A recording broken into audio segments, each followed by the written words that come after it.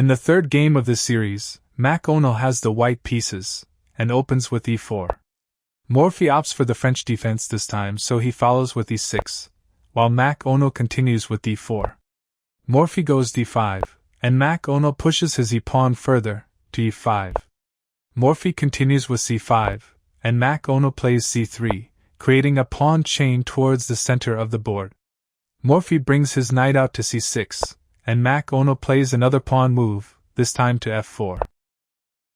Morphy now breaks one of the most basic principles in chess theory, moving his queen too early in the game, because now the queen can be targeted by his opponent, who can potentially gain valuable tempos advancing his pieces. Of course, Morphy knew that this is not the case in the specific scenario, and did it anyways. Back in the game now, McConnell continues with moving his knight to f3, and Morphy moves his bishop to d7, preparing, as it seems, a queenside attack. McConnell plays a3, and Morphy plays his other knight to h6, with most likely the intention of moving it next to f5. That is an excellent square for this knight. McConnell then plays b4, yet another pawn move. Notice that he has only developed one knight, while Morphy has developed two knights, a bishop, and his queen. As a general principle, when you are underdeveloped compared to your opponent, you want the position to remain closed, so it is probably a tactical mistake at this point by McConnell, who is trying to break open the position too early, as it seems, not being ready at all for a direct confrontation. Morphy takes on d4 with his c-pawn, and McConnell recaptures with his c-pawn also.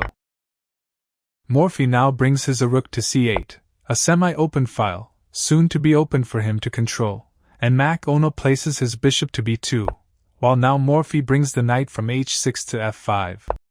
McConnell brings his queen to d3, and Morphy sacrifices his dark square bishop, taking on b4, preparing to retake with his c6 knight, opening the file for his rook, while threatening the queen, if the sacrifice gets accepted by McConnell.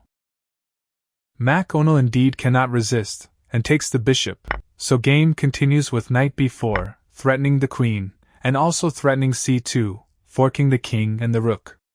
McConnell brings his queen back to d2, and Morphy now, instead of giving a check and winning a free rook, sees further ahead once again, and brings his rook to c2, threatening the queen.